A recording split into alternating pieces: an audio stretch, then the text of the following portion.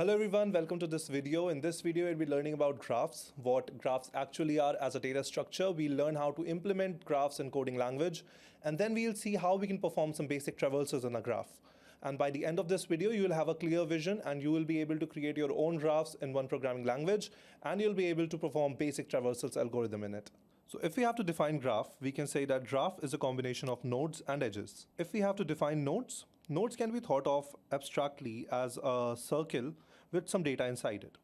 So if we have all these nodes here, we can say these are a bunch of nodes. That means we have all these circles with some data inside it. Now talking about the edges, assume if we connect these two nodes. Let's connect A and B. When A and B have a connection, we can say that A and B have an edge. So we can say an edge is basically a connection between two nodes.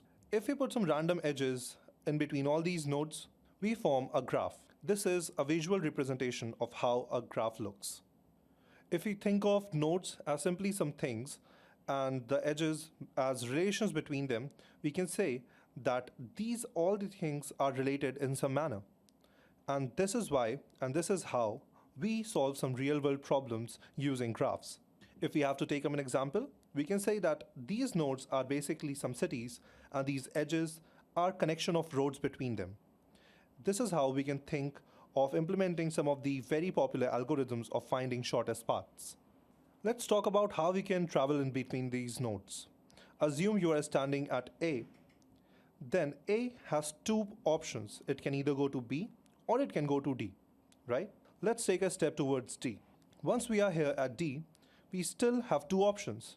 We can either go to E or we can go to G. Let's go to E. Now, when we are standing at E, you can notice one thing. E only has one path to go. That's your C, right? But what if we want to go back to D? Is it possible? No. Particularly in this graph, we don't have any option to go back to the node we are coming from, because this is a directional graph, all right? On the contrary, if we see this graph, this is an undirectional graph. What is the difference? This does not have arrowheads. That means we can even travel back directly to the node which we have traveled from. So assuming in this undirectional graph, if we are standing at E, we'd be able to travel back to D as well, and again, then back to A. This is merely a visual representation of a graph. Graph in coding language is going to be a little different. If we have to represent that in any of the programming language, we'd be using a data structure. And most often we use a data structure called as a hash map. We'd be using Python as a language for this video. In Python, we implement hash maps using dictionaries. And these are basically key value pairs. And if we talk about graphs, what we are going to do is we will have a dictionary which have keys as the nodes. And the value corresponding to every of the key is going to be all the connection it has with other nodes. So this format that you can see is actually called as an adjacency list. Now, as you know how a graph looks like in a programming language, we should also know some of the very basic algorithms that we can use in these graphs. For me and in general, the very basic algorithms that one must know when beginning with graphs, there are two traversal algorithms for graphs. The first one is DFS and the other one is BFS. Let's talk about DFS first. Well, DFS stands for depth first search. Let's perform DFS directly onto a graph. You can start traversing the graph from any of the node. Well, the node you start with will be called as a source node. Let's take A as a source node. Now, when we are talking about depth first search, what we mean is we go in one single direction and we don't get diverted until we have no other option. So when we are at A, we have one choice to make between B and D.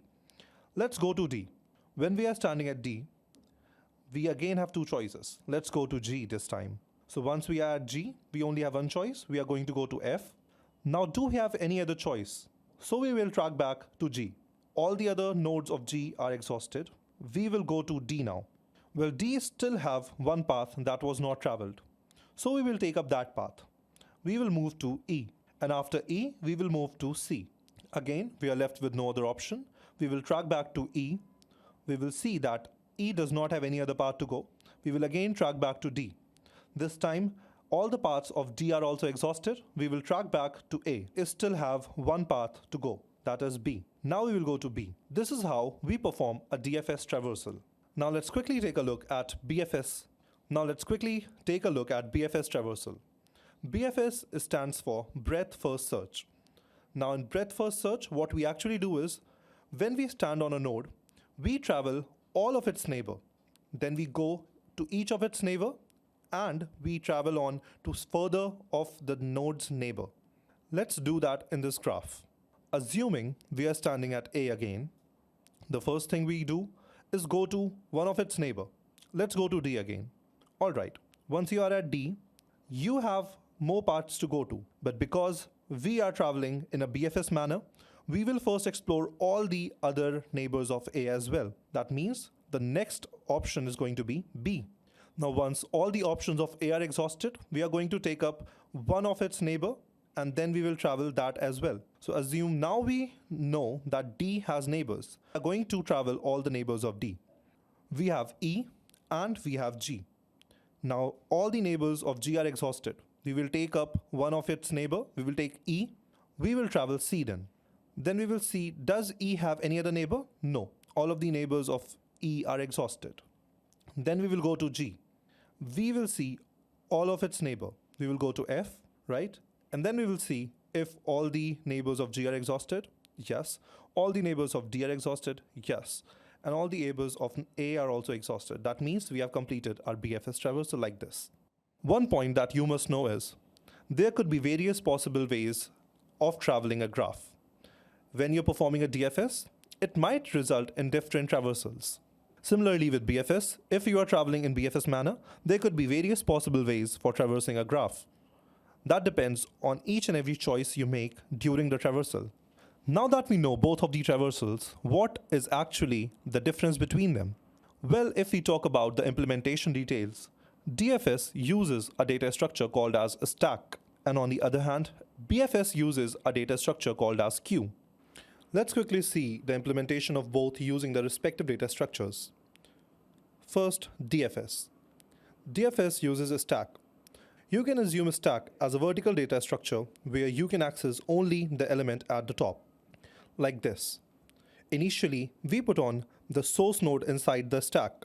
Again, considering A as the source node, the stack looks like this. There is going to be only two operations: popping the element at the top and then adding all of its neighbor inside the stack. So when we perform it here, we pop A, that means now A is traversed, and the next thing we do is we put on all the neighbors of A inside the stack. This time we put B and then D inside the stack. First step is done. Now in the second, at the top we have D. We will pop out D. After popping, that means D is traversed. We have to put on all the neighbors of D inside the stack. We can put E and G inside it. Now at the top we have G. We will pop G. That means G is traversed. And then we will put on the neighbor of G. That means we have F now. Again, at the top we have F. We will pop F. That means F is traversed. F does not have any neighbor. That means at the top we have E now. We pop E. That means E is traversed. And we put in the neighbors of E. That means we put C now. Once C is popped, that means C is traversed. C does not have any neighbor to put in the stack. As we can see, at the top we have B now. We pop out B and we traverse B as well. B does not have any neighbors and the stack is now empty. That means the traversal is done. Now coming to BFS. In BFS we use queue. You can think of queue as a horizontal data structure in which we can insert the elements from the rear end and we delete the elements from the front end. Initially, again, in queue, we put in source. The operations are going to remain same, just the data structure is different. That means we are going to pop the element from the front side and then we will put in the neighbors of it from the rear end. So we have A inside a queue. We will pop A. That means A is traversed. We will put inside the neighbors of A. That means B and D. Now this time we have B. We pop out B. B is traversed now. We put in the neighbors of B. We do not have any neighbors of B. That means we are going to proceed. Now we have D. We pop out D. That means D is traversed. We put in the neighbors of D. That means E and G. Now we have E at the front end. We are going to delete E. That means we are going to pop E. And E is traversed. We put in the neighbors of E. That means we put in C. Now we have G. We pop G and G is traversed. And we put in the neighbors of G. That means F. Now we have C. We popped C and now we have traversed C as well. The last left inside the Q is F. We pop F. F is traversed. F does not have any further neighbors and the Q becomes empty. That means this is the endpoint of the algorithm and the BFS is done. Now let's quickly see the coding implementation of these two algorithms. Here we have created the same graph that we have seen. Now let's code a DFS function for it. So what are the two things we need for a DFS to work? The first thing is the graph itself, and then we need source.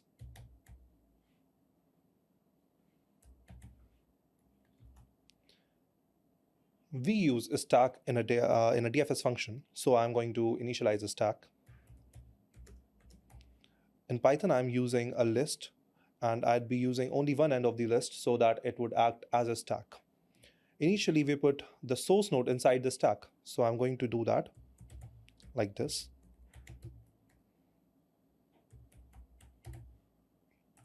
Once this is done, now we have to repeat the two steps, right? What are those steps? I'm going to pop the value that is present inside the stack.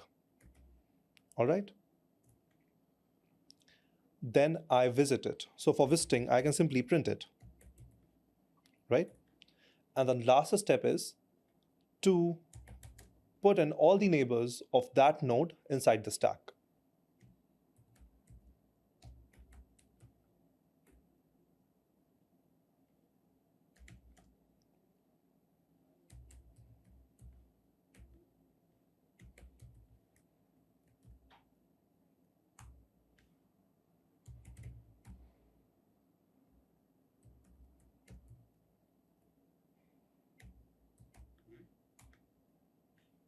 Right? These are the steps. And till what point we have to do these steps? Well, as we have already seen in the illustration, we are going to do all these steps till the stack is empty.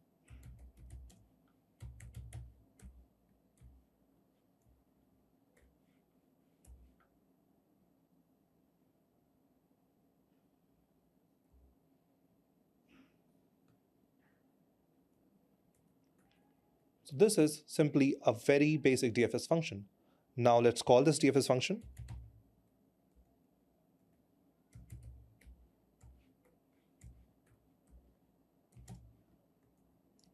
We have to give the source node. So as we were taking A as a source node, let's take A again. Let's run the code. Okay. Here we have the DFS traversal of our graph. Now let's talk about the BFS traversal. I'm going to make a very few changes in this code, and that will then act as a BFS function. The very first thing, let's change the name of it. And then just for the sake of clarity, I'm going to rename the variables.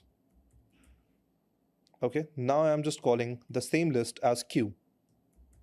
And I'm going to be implementing the aspects of Q to it. So I'm going to be appending it from the rear end, but instead of popping it from the rear end, I will pop it from the front, right? And every other thing is going to be same.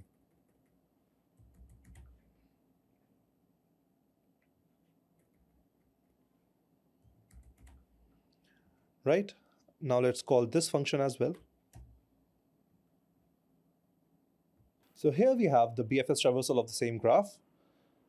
I believe this video was very helpful for you, and for more such content, don't forget to subscribe us and put down the comments below if you have any doubts or you want to say something to us. Thanks.